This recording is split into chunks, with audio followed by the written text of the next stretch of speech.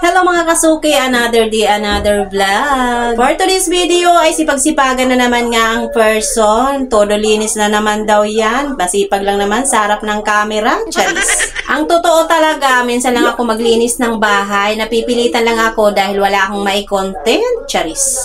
Kanina nga ay pinost ko na itong video to pero biglang na CPR ang person. Kaya ayan, napilitan tuloy mag voice over. Madalas nga ay tinatamad akong mag voice over kaya naman nilagyan ko na nga lang ng music baka sakaling hindi ma-CPR. Pero ang ending na CPR pa rin. Pagka nga kasi tinatamad ako mag voice over, parang wala talaga akong ganang magsalita. Walang kabuhay-buhay yung salita ko. Pagkatapos hindi ko pa alam kung ano yung sasabihin ko. Napakatagal kong mag-isip. Charis.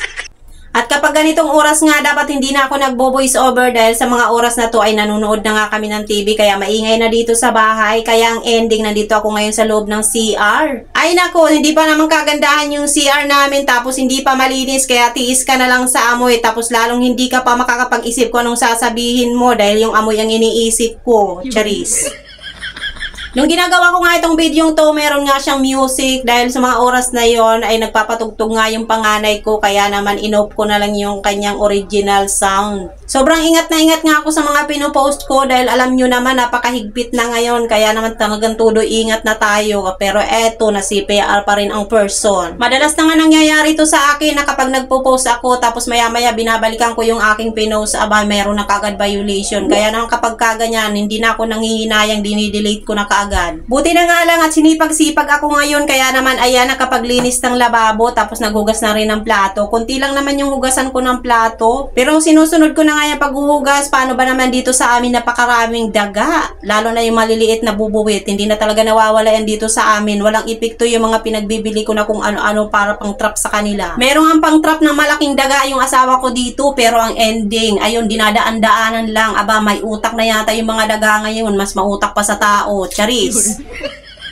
Kaya naman lahat na lang ng paraan ginagawa ko para na huwag na sila mag-stay dito sa lababo ko. Hindi na ako nag-iiwan ng mga kung ano-ano mga kanin baboy dyan. Tapos ayan, tapos ko nga pagbugas ng plato, ayan medyo lumabas lang ako dahil medyo nagandahan lang ako sa panahon. Ang ganda kasi ng panahon ngayon, napakaganda ni Haring Araw, napakainit, ang sarap maglaba.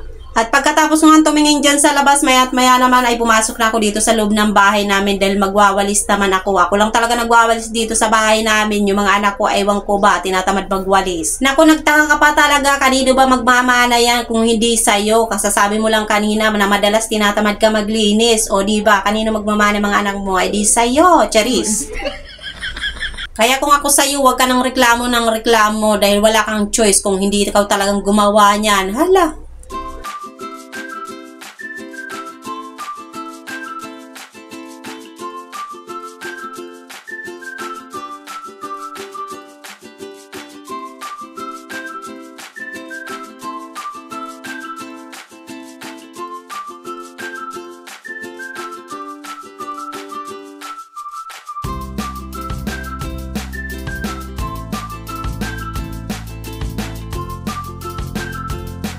Madalas din ba nangyayari sa inyo na kapag nagbi-video na kayo ay nakakalimutan nyo na i-on yung iyong cellphone kaya naman ang ending tapos ka nang magwalis ayun hindi pala naka-video kaya ang ending uulitin mo na naman magwalis o diba nalinis na ng sobra yung bahay mo dahil nagpaulit-ulit ka na ng paglilinis. Kasi dito sa video to ganun ang nangyari sa akin tapos na nga ako magwalis dyan tapos nung pagtingin ko sa aking cellphone aba hindi pala naka-on kaya ang ending yun, nag-ulit-uli ako magwalis, napagod ng husto ang person. At dahil nga napagod ako sa pagwawalis ko, kaya hanggang dito na lang muna tayo. See you on my next vlog. Bye!